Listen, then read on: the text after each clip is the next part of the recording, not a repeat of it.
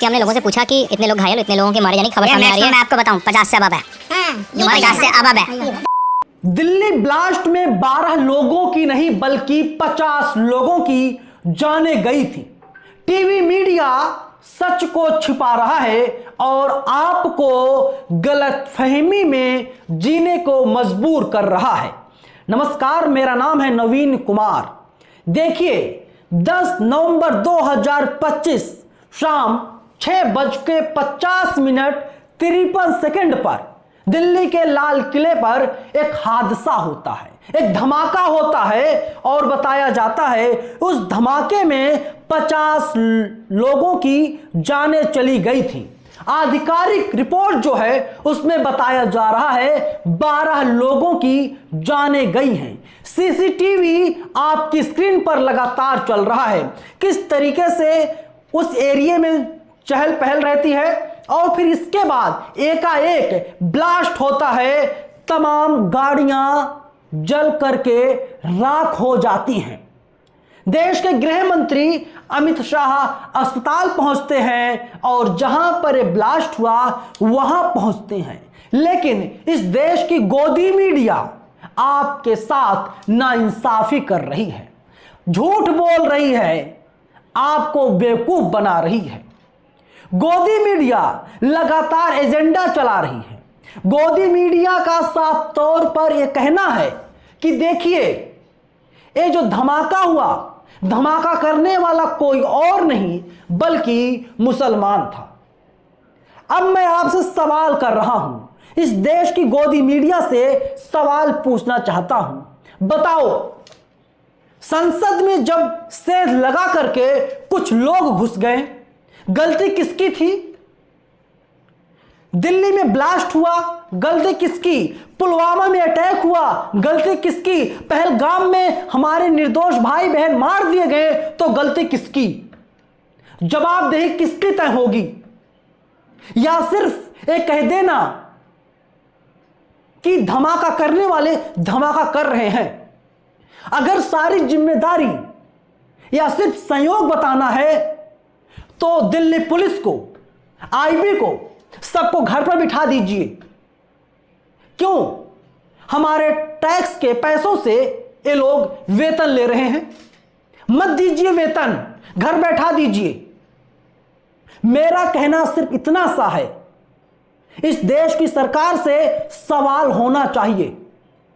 पहलगाम हादसा जब हुआ, पहलगाम में जो लोग मारे गए, तो इस देश की आबादी 140 करोड़ लोग, चाहे हिंदू हो, चाहे मुसलमान हो, चाहे सिख हो, चाहे ईसाई हो, सभी लोग नरेंद्र मोदी के साथ, इस देश की सेना के साथ खड़े थे और बोल रहे थे ऑपरेशन सिंदूर के तहत पाकिस्तान का नामो निशान मिटा दो।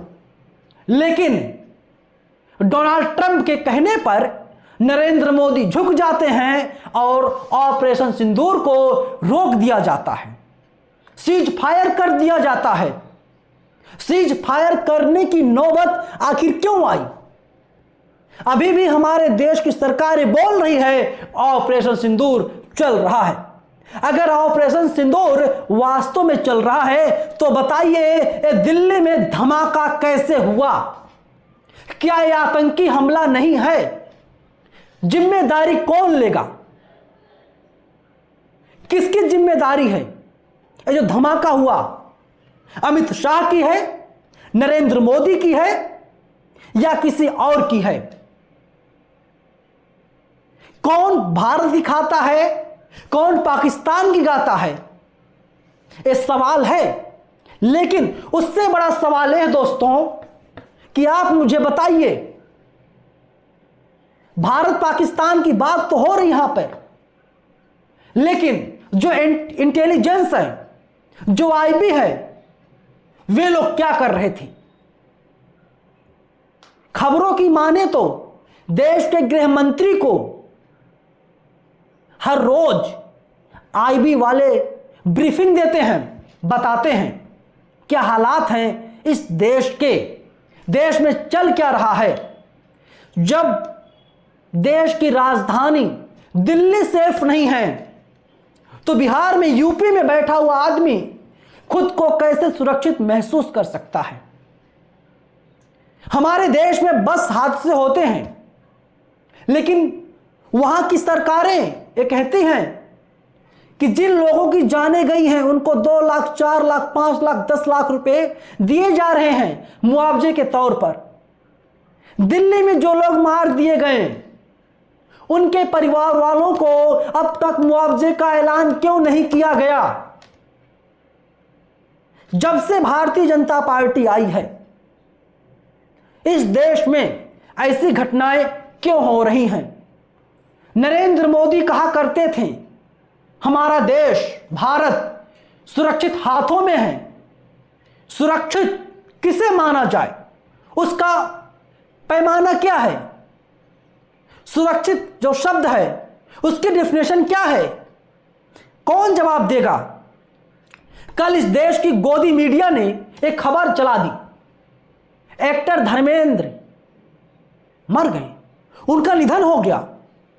खबर पूरी तरीके से झूठी थी, पूरी तरीके से फर्जी थी। मुंबई में जब हमला हुआ था उस वक्त देश के गृह मंत्री ने नैतिक जिम्मेदारी लेते हुए अपने पद से इस्तीफा दे दिया था।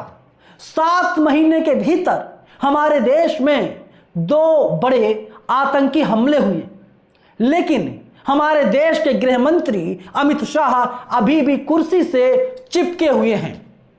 नरेंद्र मोदी कहा करते हैं मैं समय से पहले समय को भांप लेता हूं, ईश्वर की कृपा है। मैं नॉन बायोलॉजिकल हूं, ईश्वर की कृपा है। भगवान ने उन्हें भेजा है विशेष काम के लिए। अब वो विशेष काम कौन सा है मुझे तो नहीं समझ में आ रहा है। मुसलमानों को हर बार कटघरे में खड़ा किया जाता है। अब मैं आपके सामने एक लिस्ट प्रस्तुत कर रहा हूं, देखिए जरा। पाकिस्तान जासूस और देश के गद्दार। गुजरात एटीएस ने पाकिस्तानी जासूस सहदेव सिंह गोहिल को गिरफ्तार किया। अब आप बताइए ये हिंदू है या मुसलमान? पाकिस्तान आईएसआई के जासूस रविंद्र कुमार को यूपी एटीएस ने पकड़ा, ये हिंदू है या मुसलमान?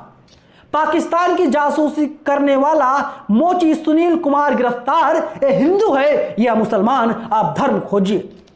कानपुर से पाकिस्तानी जासूस कुमार विकास गिरफ्तार, ये हिंदू है या मुसलमान?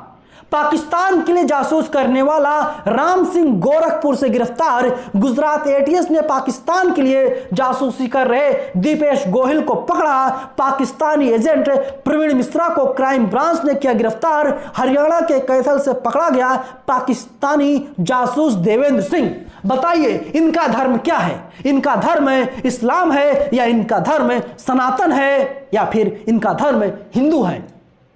क्यों एक धर्म विशेष के लोगों को बार बार टारगेट किया जा रहा है? ये सभी लोग क्या हैं? किस धर्म से इन लोगों का ताल्लुकात है? ये कौन बताएगा? इस सच को इस देश का टीवी और अखबार नहीं बताएगा। इस सच को टीवी और अखबार छिपा लेगा।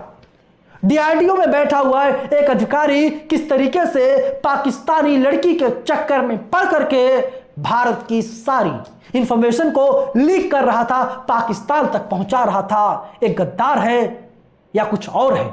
इन्हें क्या कहा जाए?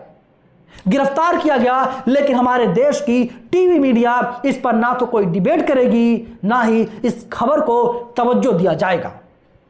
अब मैं आपको बता रहा हूं दोस्तों, 2014 के बाद से हमारे देश में जो आतंकी हमले हुए हैं, 2025 में दिल्ली ब्लास्ट हुआ, 2025 में ही पहलगाम हमला हुआ, 2024 में रियासी हमला हुआ, 2024 में बेंगलुरु कैफे बम विस्फोट हुआ, 23 में दंतेवाड़ा बम विस्फोट हुआ, 23 में ही एलाथुर ट्रेन आगजनी हुई, 2023 में ही राजौरी हमला हुआ, 2021 में सुकमा बीजापुर हमला हुआ, 2020 में सुकमा माओवादी हमला हुआ, जून 2019 में कश्मीर हमला हुआ, 19 में Dantewada Jammu Kashmir bus stand grenade विस्फोट हुआ, पुलवामा हुआ, 2018 में सुकमा हमला हुआ, 2018 में ही सुंजवान हमला हुआ, 17 में भोपाल उज्जैन पैसेंजर ट्रेन बम विस्फोट हुआ, 17 में ही सुकमा हमला, अमरनाथ यात्रा हमला, 2016 में नरगोटा सैन्य अड्डे पर हमला, 2016 बारामूला हमला, 16 में ही हंदवाड़ा हमला, उरी हमला,